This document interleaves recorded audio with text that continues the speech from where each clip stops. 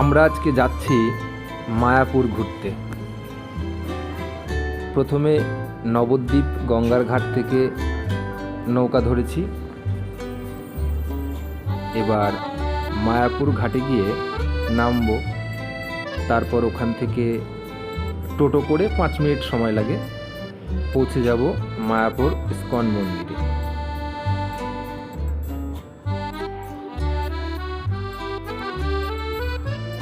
এটা হচ্ছে ইস্কন মন্দিরের মেন গেট দিয়ে ঢুকেই এই মন্দিরটা সামনেই পড়ে।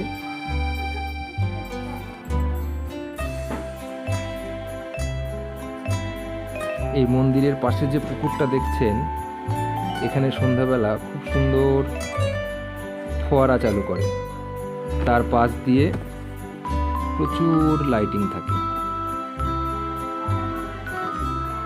এখন বাজে বিকেল 3-4, ওই জন্য ফোয়ারাটা বন্ধ আছে।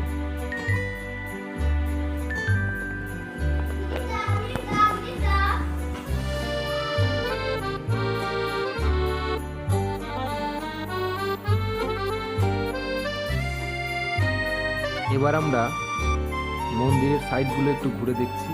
আর এই যে নতুন মন্দিরের চূড়াটা দেখা গেল।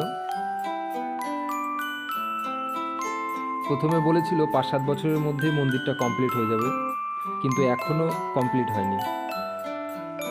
দেখে যা মনে হলো তাতে আরও প্রায় 2 বছর সময় লেগে যাবে পুরোপুরিভাবে কমপ্লিট হতে।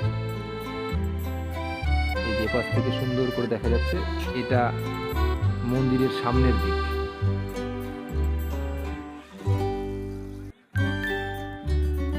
মন্দিরে ঢোকার যে সিঁড়ি, সেটাও এখনো কমপ্লিট হয়নি, আরও প্রচুর কাজই বাকি আছে। আশা করা যায় 2 বছরের মধ্যে কমপ্লিট হয়ে যাবে।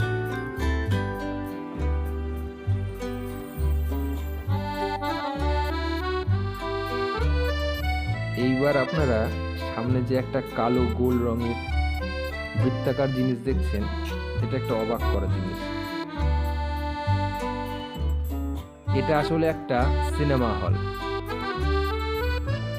অথচ দেখে বোঝাই যায় না। এর ভেতরে আপনি টিকিট কেটে যদি প্রবেশ করেন, তাহলে ঠাকুরের বিভিন্ন রকম জীবনী এখানে দেখায়। যেমন ধরুন কৃষ্ণ ঠাকুরের লীলা বা রাধাকৃষ্ণের জীবনী, এই ধরনের সিনেমা ওখানে দেখায়।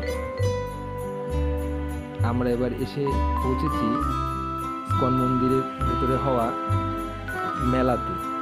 সামনে রংদোল আসছে, রংদোল উপলক্ষে এখানে মেলা শুরু হয়েছে। প্রচুর দোকানপাট বসেছে এখানে।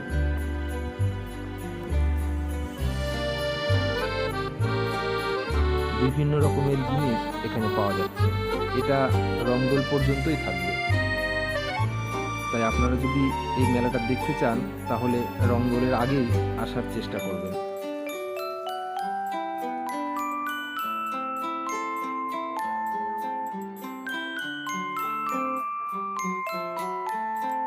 দেখুন, প্রত্যেকটা দোকানেই লেখা আছে নিত্যানন্দ মার্কেট। কোনো আলাদা নাম নেই কোনো দোকানে, একই নাম।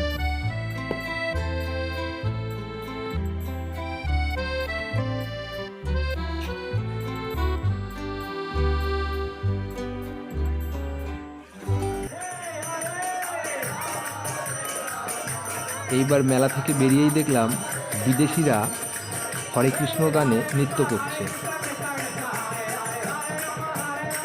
প্রায় সন্ধেও হয়ে এসেছে, আপনারাও দেখুন।